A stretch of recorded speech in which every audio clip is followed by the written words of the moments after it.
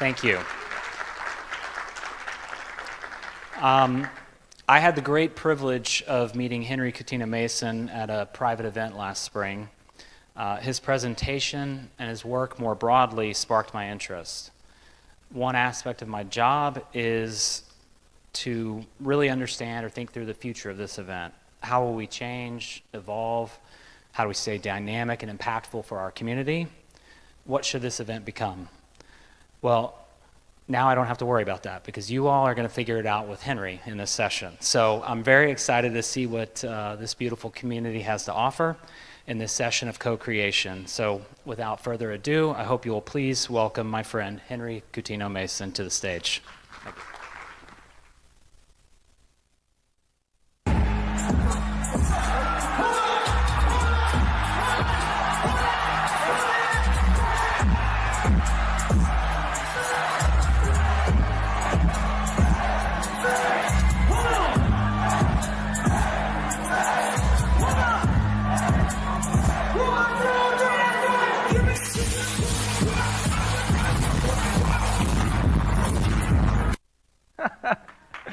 Okay. So now, thanks to AI, you can see how I imagine my future. But I'm not actually interested in synthetic humans and deepfakes, because I'm much more interested in what we can do when real humans get access to godlike technologies. And I love this quote from E.O. Wilson, because he said, the challenge that we have as people is we have Paleolithic emotions, medieval institutions, and godlike technologies. And it's a great quote. It was true in 2009 when he said this, and it's even more true today. But the other reason why I love this quote is because it shows us, it shows you where to focus. Because we can't change our emotions, they're Paleolithic. The technologies will keep on getting more and more godlike. But it's the institutions, the medieval institutions, and by institutions, I really mean the organizations that you sit in today. That's where we can put our focus. Because I'm betting that many of you sit in organizations that, if we're frank, are quite medieval. Certainly when it comes to thinking about the future. Like, the future is plans are made by a few people sitting at the top of the organization, and they're broadcast down to the masses to execute them. And my argument today is that we can do a lot better than that with the godlike technologies that we have at our disposal now. Because this is what I've spent the last 15 years of my career obsessing over, is thinking about how to build organizations that can create a better future for us. And this is what I've written 2 books on. I was really excited. I was here a couple of years ago with Rohit Bhargava, my co-author, who's speaking later at the Hilton. Do go check out that session where we launched The Future Normal, and we've got another exciting announcement about a next book that we're working on to share with you later. But if there's a common idea at the heart of both of these books, it's this. It's that the only future we will make is the one that we are able to imagine. But the problem is we don't ask enough people to imagine today. And my argument to you is if we use these technologies, we can help people, give people the capacity to do better work, fuel it with purpose to give them the agency to care about doing that work, and use some of these creative tools to unleash their imagination. But as Peter said, I don't want to just talk about this for the next 45 minutes. I want us all to feel it, to experience what it feels like to do this. And so, you'll see you've got a pen and paper on your chair. At the end of the session, we're going to do something together. I'm going to ask you to share your vision of what South by could look like in 2030. And we're going to use AI to do something really cool with your drawings. Okay? So I'm really excited to do this. We've got a couple of world firsts that we've never done before that I'm going to launch with you, which always makes me nervous as a speaker. But I'm looking forward to doing this with you. But the first argument I want to share with you before we get into that exercise is to think about how AI can give us fewer people but better jobs. And when I say this, like, some of you are probably thinking, like, where have you been, Henry? Have you not actually read the news? Like, every single day we open our laptops, we go on a news feed, we're hit with headline after headline of AI-related job cuts. And this is the conventional wisdom. But actually, I think there's another way to think about AI and its impact on our jobs. And I love this quote from Jensen Huang from NVIDIA. And he said, if you're thinking about AI as doing the work of half of your workforce, and hurrah, you can just cut it in half. He said, you're thinking about it all wrong. Because what you should be thinking about when it comes to AI is that AI can do half of the work for all of your people. And when he says this, you should be thinking, okay, well, what does that look like? And the 50% of the work that you should be thinking about using AI to do for your people is the bullshit tasks, the stuff they don't even want to be doing. And I don't use that word just to swear flippantly on the South by Southwest stage. I use it in relation to this book. This was a book that came out long before AI came on the scene, right? This book's nearly 15 years old. But it was David Graeber who wrote this thesis talking about the reason for the crisis in engagement, crisis in employee engagement, and kind of rise in mental health challenges in the modern affluent societies dominated by white-collar work, right? Like the jobs that many of you have, is because so much of it is fundamentally bullshit. And what he means by this is it's not the meaningful creative work. It's coordinating meetings, it's managing data, it's analyzing stuff. It's pushing paper around inside an organization. Again, I'm not saying everyone here has a bullshit job, but there are many bullshit tasks that you have to do every single day, every single week, that I bet you can't wait to get rid of. And I think this really takes on a different perspective when we think about AI and work. And I want to bring this life to a little story, because some of you, we talk about the headlines around AI and job loss. Like some of you may remember, about 18 months ago, Klarna, they came out and they said, we've now got this AI chatbot that can do the work of 700 people. Like all of our customer service representatives, we can just fire 700 of them. And of course, we love these headlines like this because they scare us and they grab our attention. So this went globally viral. You might have missed the follow-up to this, which came out last year, where the CEO said, actually, maybe we got it a bit wrong, right? We were a bit overzealous. Turns out, our customer support people were doing more than just answering functional queries. And he said, actually, we're going to go back to hiring more humans again. And even if you read this news story, which definitely did not get nowhere near as much as attention as the other news story that they're laying off 700 people and that we don't need customer support people anymore, you might have missed what I think is the most interesting detail in this story. Because Klarna didn't just go back out and hire the same people as before into the same customer service jobs. They reimagined what a customer service role might look like. And just a few weeks ago, they released an update, a little video explaining what they did. Hi, this is Gabriel from Sweden. My name is Luke. I'm Sarah Pilarovich. My name is Andreas.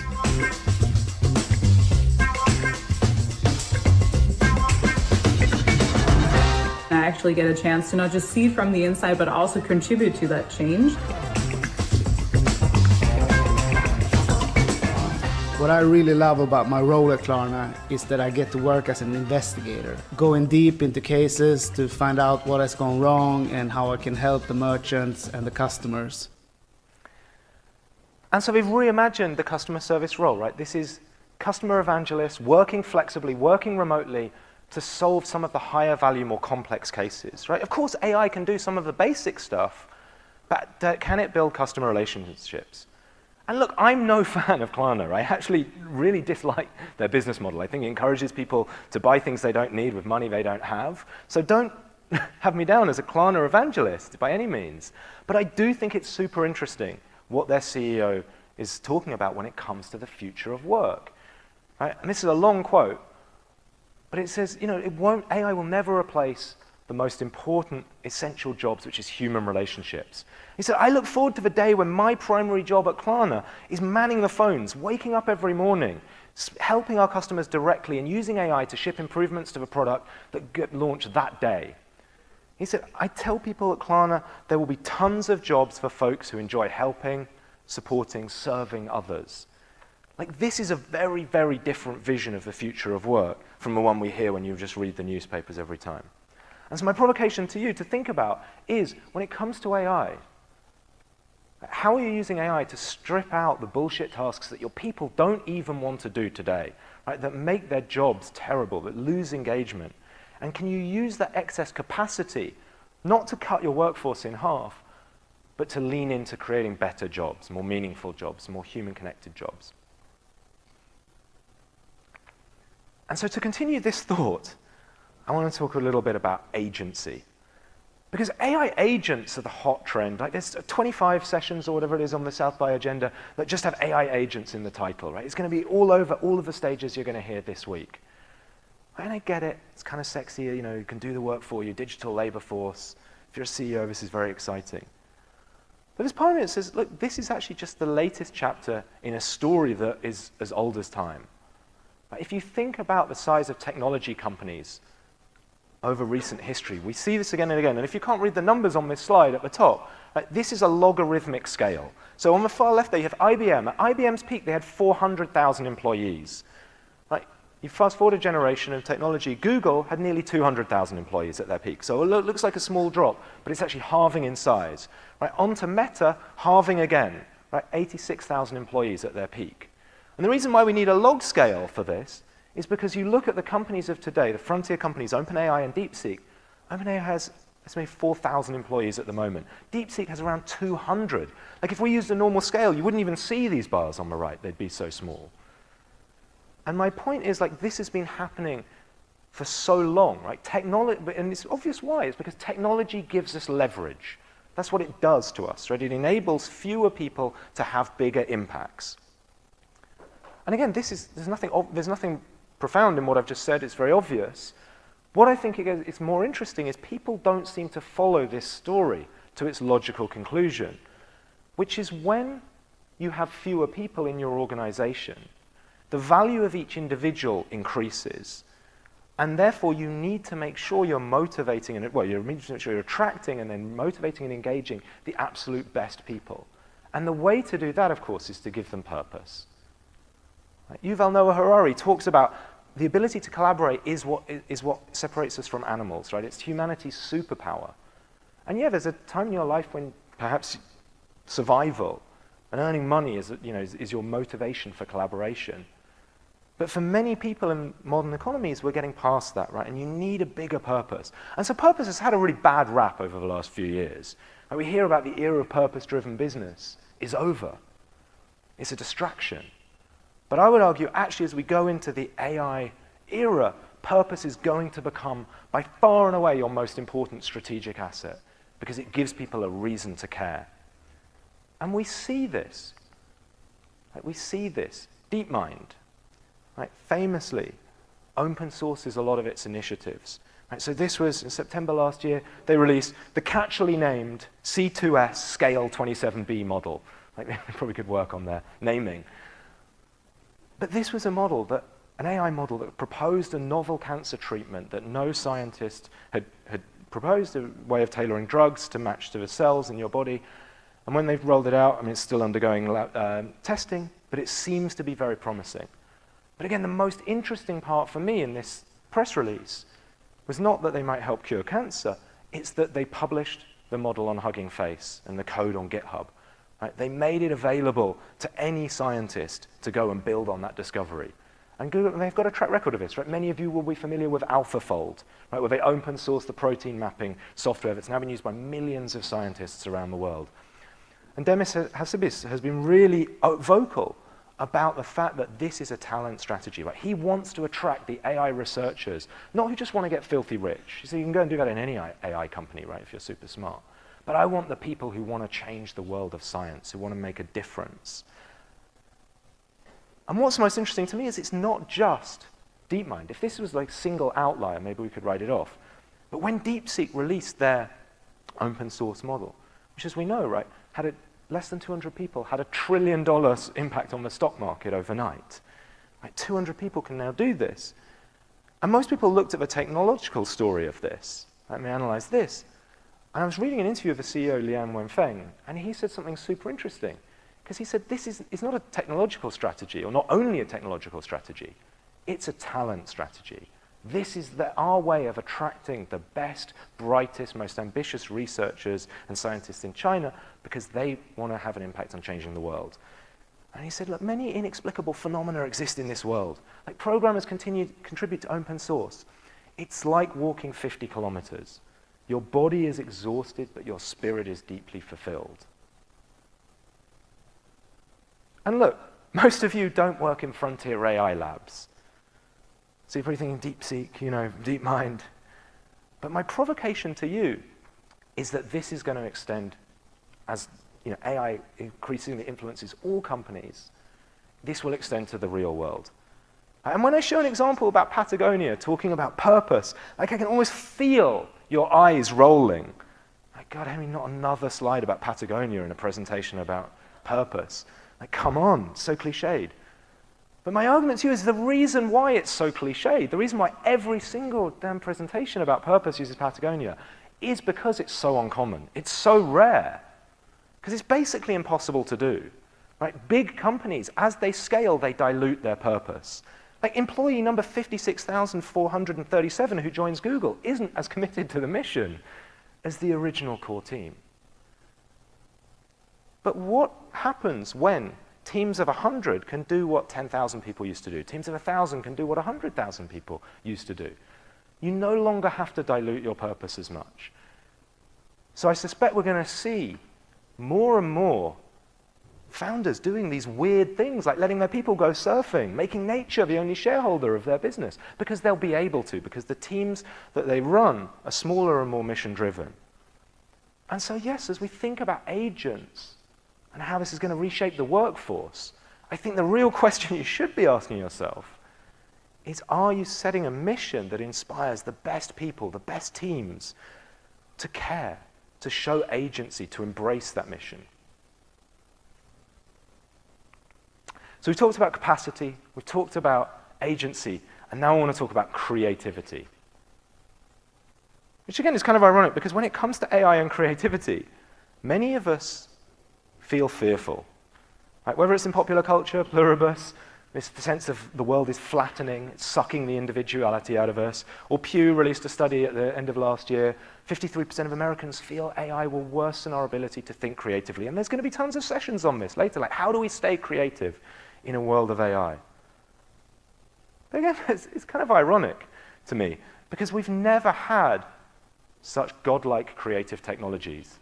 Like, it amused me when I was creating this presentation. I have to use a graphic of old AI images so that you even know they're AI generated. Like, if I put up the latest models, it would just look like a bunch of photos. Like, we have these amazing creative technologies. It took me 2 minutes on the plane on the way over here to create this. Today, the South by Southwest audience is in Austin, co-creating a vision of the future.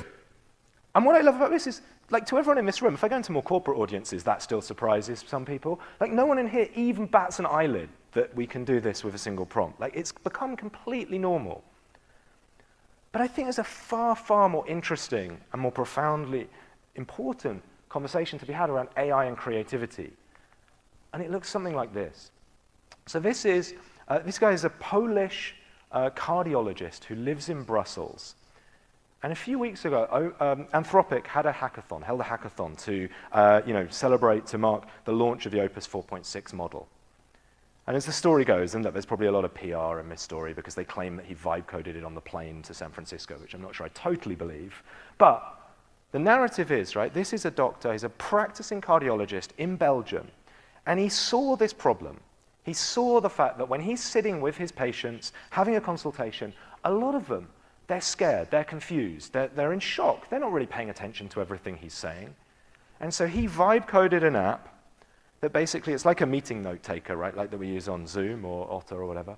And the patient, if he tells the patient about it, they want to use it, they put the phone on the table when they're having their consultation, it records it, and then when they leave that consultation, when they're at home and they're feeling a bit better, more able to process it, they can then query the notes, right? Query the transcript, and it can explain it in words that they understand, and they can ask as many questions as they want.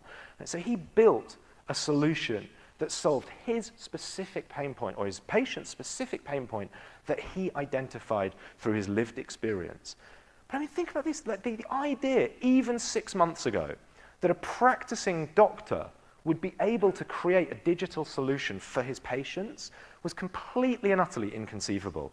And if you look at the other people, I mean, he came third. I think the other one was there was a lawyer who came fourth. There was a road engineer from Uganda and a musician from Estonia. There were no coders who won this hackathon. Again, I suspect there's a lot of PR from Anthropic on this, right? But the principle holds. And we see this like every moment now. We can start to see this. I woke up yesterday morning and was reading about the launch of Replit Agent 4. Right, they just launched this yesterday. But look at how they're positioning it. Right, Replit used to be a coding tool. Now it's creative expression, creative acceleration, creative collaboration, creative production. Like, this is being positioned as a force multiplier for human creativity, not a coding tool anymore. And this is why I'm so optimistic about AI. Not because I think AI is going to solve our problems, but because I think AI will enable more people to bring their creativity and imagination to solve our biggest problems. So look, I started this session by saying it wasn't going to be all me talking, and I wanted you to do some of the work. And so this is where I want to change gears, and I want to do this with you, because this is where it gets so much more exciting for me, is to feel this in action. So what I want to do is I want you to turn to your neighbor, and I'm going to give you just a minute to discuss what are some of the things that you think we will be talking about at South by 2030, right? Is it space? Is it synthetic biology? Is it wearables? More AI? Still AI? Right? What are we going to be talking about in 4 or 5 years' time at South by Southwest? Okay? Ready? Over to you. Take a minute, discuss with your neighbor. Let's go.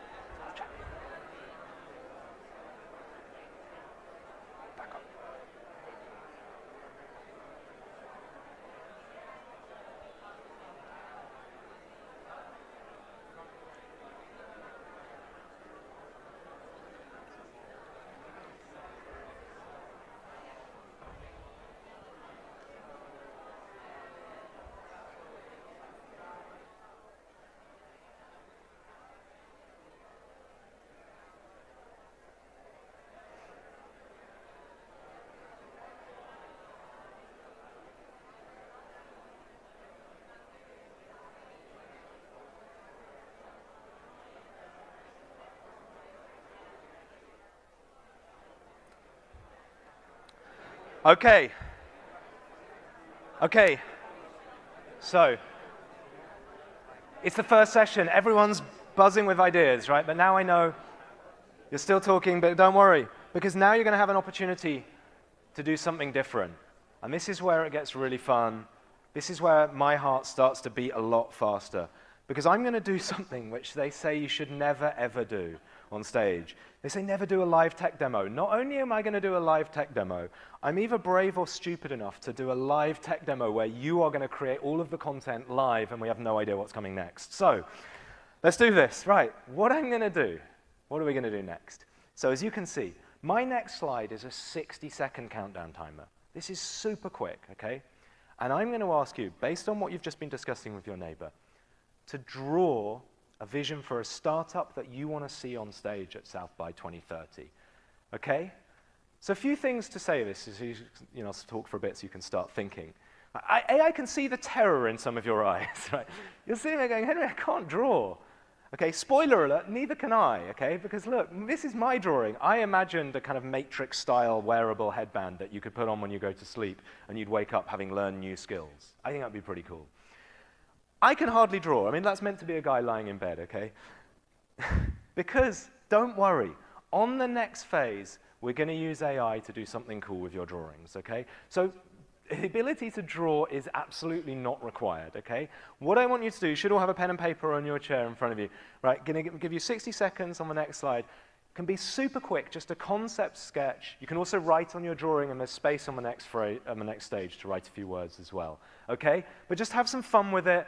Enjoy. Some people still look absolutely terrified, but let's go with it, okay? 60 seconds to draw, and we've got a cheesy AI-generated song to keep us company while we're drawing. Okay, let's go.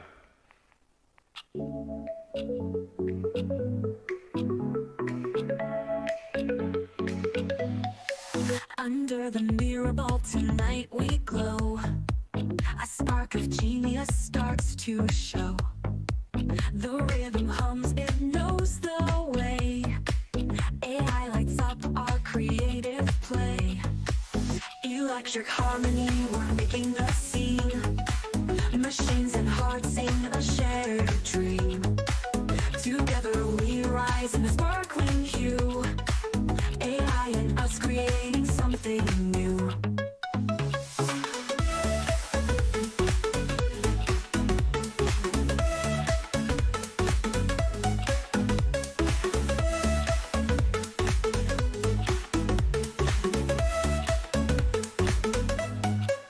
It scans the stars, it feels the beat. Together we build. Okay, that's enough of that. For any musician in the room, you're safe in your job for a few years. But now this is where the magic happens. And as I say, this is where I start to get really nervous because we're relying on the Gemini gods here. So, you all know what to do with a QR code, right? You'll see on the screen behind me, there's a QR code. If you take out your phone and scan the QR code, that will take you to a little one-page website. I'll do it with you. And you will see on your phone a box saying Activate Camera. Okay? Tap on the screen, activate the camera, it turns your phone into a camera. Then point your phone at the sketch you've just drawn, and you tap on the screen again. Give it a second to come into focus. Tap on the screen again to take a photo of your sketch. Okay? So, scan the QR code, activate the camera, point your phone at your sketch, give it a few seconds to come into focus, and then tap to take the photo. Now, below you'll see there's a space for you to add a few words. Right? Don't worry, you really don't have to be a prompt engineer. The AI is pretty amazing, but we've got something very special which we built just for South by Southwest, so it makes me nervous to know if it's going to work. But it's the first time we've ever done this, and if you give it a few words, you will get slightly better results. So we'll wait to see if this works for everyone. And now, okay, and then you scroll to the bottom of the screen, and you click Generate. Okay, so you scan the QR code, activate the camera on your phone, tap, add a few words, and click Generate. And then we'll see what's happening. Right. Okay. I can see some starting to come in. So now, if we can go to the laptop. Okay, here we go. Right. So what's really cool about this, you're going to see this on your phone.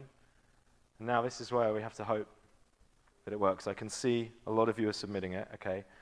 Now, if this internet loads, hopefully, if you're having trouble with the Wi-Fi, because there are a lot of people on the same network, try changing. I think there's two networks here. There's a South by Southwest one, and then also the JW Marriott one. Maybe we've overloaded the venue Wi-Fi.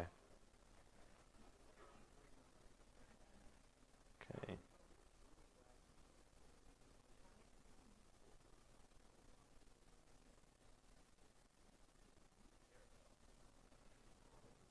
Is it working?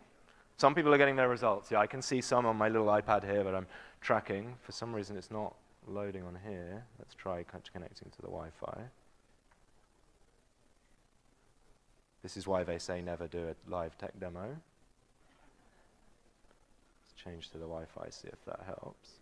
Some people, it's coming in. I can see in the back end that it's working for hundreds of you.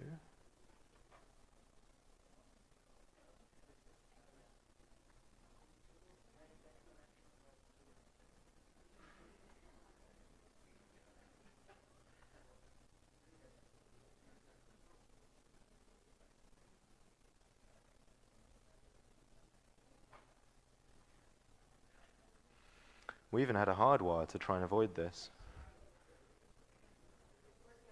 It's working on your phones. Okay, so maybe I'm going to tether to my phone. And with all of this technology, I'm just going to tether to my phone for a second and see if that works better. Maybe our own individual networks. So hopefully some of you have got results. So you can get ahead of it. If your neighbor or your results have come in, let's see if this is going to work. So it is working for some people, many people. Okay, so everyone else has got the results. What I really want to do is show you the results, because this is where it gets exciting. Okay, so anyway, I will let you explore this. Let's give it one more go, because it kind of... Let's try loading the page again.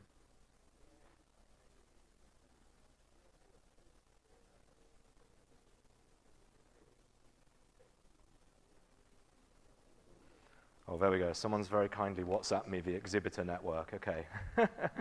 Thank you. It's not showing up.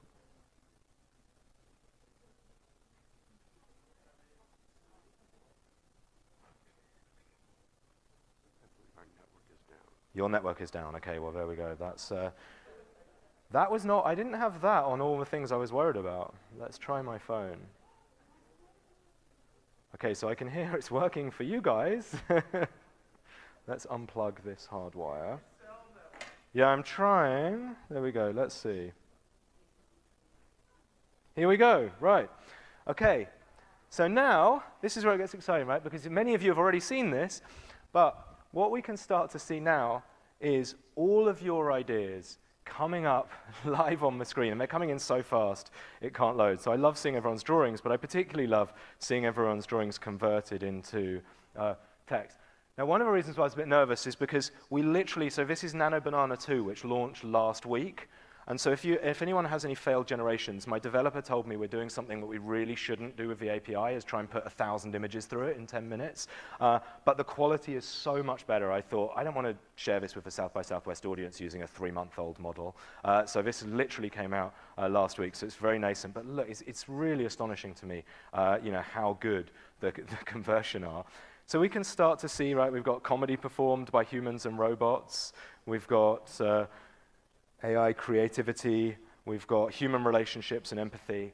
So you can start to see a lot of different ideas, and you can start to tap into the collective intelligence of the room. Right, I'm just going to pause this for a second to let it load. Now, if you're still waiting for your results, right, I'm just going to pick a random one here that was coming live. So you know this is not one I prepared earlier. So this is someone's sketch here, right? We can see. Now what you're going to, typical, I've picked one that's not loading. So what we're going to do is, as well as taking your sketch, okay, and turning it into all of those image galleries that you saw, we also do some other fun stuff, right? We created this AI roasts, right? So you get roast mode. So I was sitting with my developer, and we were talking about AI agents, and we said so much of a conversation around AI agents is so dehumanizing, right? It's all about AI agents coming to take our jobs. And we said, wouldn't it be interesting if instead of an AI agent coming to take your job, you could use an AI agent almost as a creative devil's advocate? So I don't know if you can see that on this, you can read them. I've looked at hundreds of these. They're actually really funny. What it is it's a simulated WhatsApp chat between two AI agents, one of whom thinks it's the best idea in the world, the other one thinks your idea is a stupid idea. Right? So have some fun with that. The other thing we do, which is kind of cool, I think, is for every single one of you, right, live from your sketch, we create a little business plan for you, right? A 5 or 6 page business plan talking about how would a marketing person sell this? What's the product vision and value proposition? What are some of the potential customers that might be interested in this idea that you've just shared? How technologically and commercially feasible is this idea? And how might you go about bringing this to life, right? What would be your prototyping roadmap? And how would you go about monetizing this, right? And we can customize this. I mean, when I do this with insurance companies, we can make it all about the insurance company. We make it about auto industry. We can make it all about whatever you want, right? It's kind of wild to me that we can generate a business plan for every single person from a sketch live. And then the thing that I'm really excited about, which, again, hopefully has worked for you guys, is we've taken your sketch. And when I was talking about with the South by team, they said, look, one of the problems that we have is there's so much FOMO. There's so many sessions. There's 1,400 sessions on the agenda. How do people know to find the right ones? So they very kindly gave us a spreadsheet with all of the sessions. And what we've done is we've matched your idea that you have imagined will be on stage in 5 years' time. And we've matched you and generated you a personalized agenda for the next 5 days where you can see some related sessions. Now, a quick caveat. Right, obviously, we can't test this with 500 ones. So we set the parameters quite wide. Okay, so you might get some random ones in there, but our objective with this is to give you like one session that you now discover that you think will be on stage at South by Southwest 2030 that you can go and learn about in the next 5 days. So again, enjoy. I hope that works for you. But yeah, it's pretty cool. We're having a lot of fun with it. And again, you can start to see all of these ideas come together. So if we could go back to the slides for a second, please. So look, I've run over 50 of these sessions around the world, big, small groups, different organizations, and I just want to share a few reflections on what I think this means, right? What this signals. The first one is, again, coming back to this idea of automation and agency. Right? Because, again, we hear so much from the media that with AI, you press a button and it goes from 0 to 10, and that's it. There's no work left for humans. And I just don't buy it. I think what you've just experienced shows us that AI is amazing at helping us go from an idea that's at 1 or 2 to 6 or 7, or maybe 7 or 8. It's not about going from 0 to 10. And I hear this time and time again. Like, when people turn to their neighbors, if I do it with smaller groups, sometimes people turn to their neighbor and say, oh, that's not quite what I meant. And I think there's something magical in that.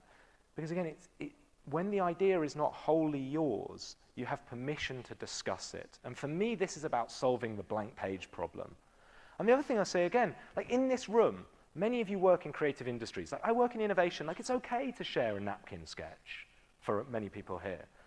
But like some of the organizations I do this with, finance, construction, legal, the cultures of these organizations is one of perfection.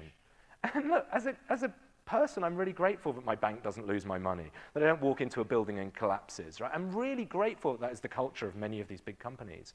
But what does that do for the ability to share early stage ideas? Right? And I think this is what AI can be amazing at, right? Is increasing the volume of ideas that people share within an organization. And it's not just the volume of ideas, it's who gets to share them. Because again, at the start of this session, we said most thinking about the future, most strategic thinking in organizations today is done by the leadership team. Maybe the strategy team, maybe the innovation team. It's people who are creative and strategic. And I get it. It was really hard, if not impossible, to ask an entire room of people, an entire organization for their views on the future. Right? Where could we improve as an organization? But now I hope what I've just shown you is it is possible to ask 500 people in less than 15 minutes what you think about the future. I was doing an event with H&M at the end of last year, and the guy speaking before me, he employed 100,000 garment workers across India, many of them semi-literate. Like, they're not going to share their ideas about the future, but maybe they have ideas about how the business and its operations could be improved. And look, I use images just because it's fun, you can do it, we can all do it, and you can show them on the big screen. That's not really the point. The point that I'm trying to make here is to give you a sense of how amazing AI is at taking a rough, half-formed input and turning it into a very polished output. Right, so we were discussing with this garment worker leader that maybe his team, they could record little voice notes. Right, and then it could take that voice note and package it into a way that the organization can process. Because they're not going to write you a business plan with bullet points and a PowerPoint slide. And so this is what I think it unlocks, is greater diversity of perspectives when it comes to the future. And that's the final point I want to make here, is this is kind of cool when you do it on your phone by yourself, right, and see your rough sketch transformed into a business plan, an AI roast, images, etc. But where it gets even more interesting for me is when you look at this at scale, when we look at the collective intelligence of the entire room. So if we could just go back to the laptop for a second. So when I was talking, I clicked a button. Are we going to go to the screen, please?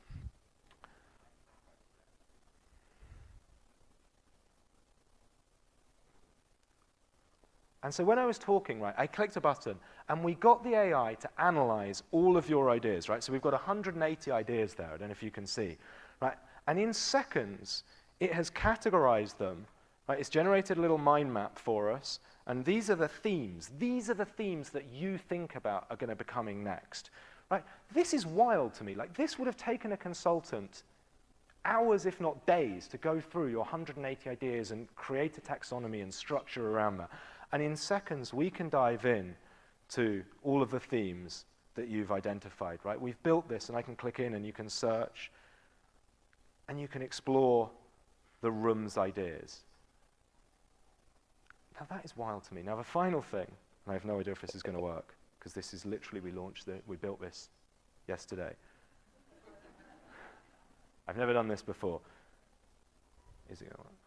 So this is SXSW how to just look like, and the results are exploring direct that ain't, but then also really practical longevity, connecting.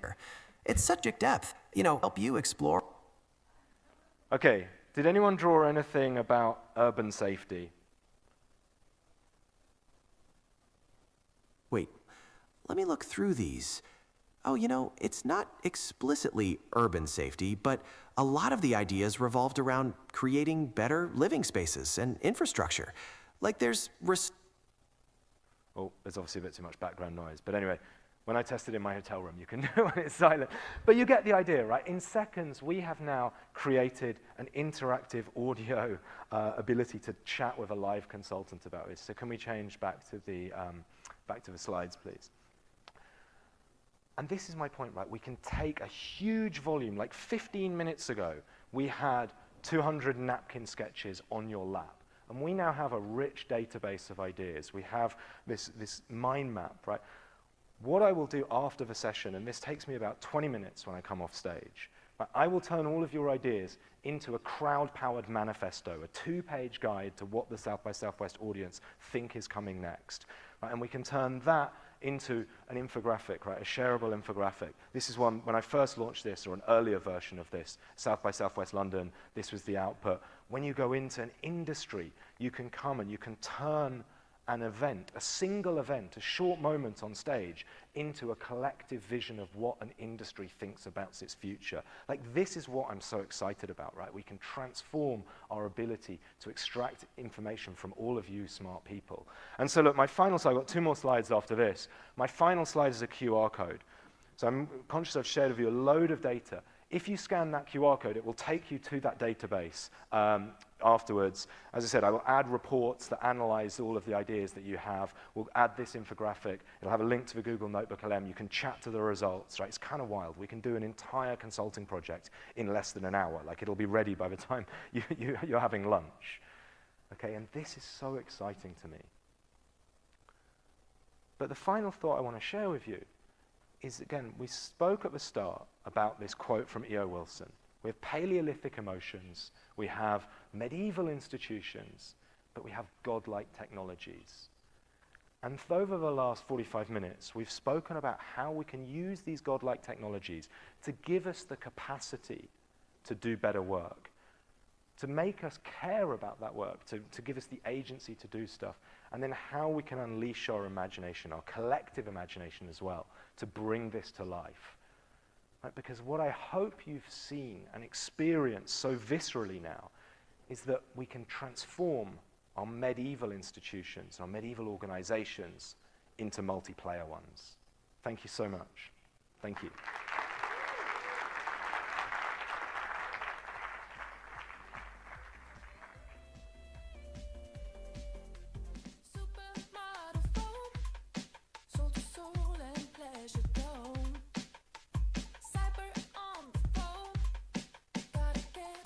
Swagger on.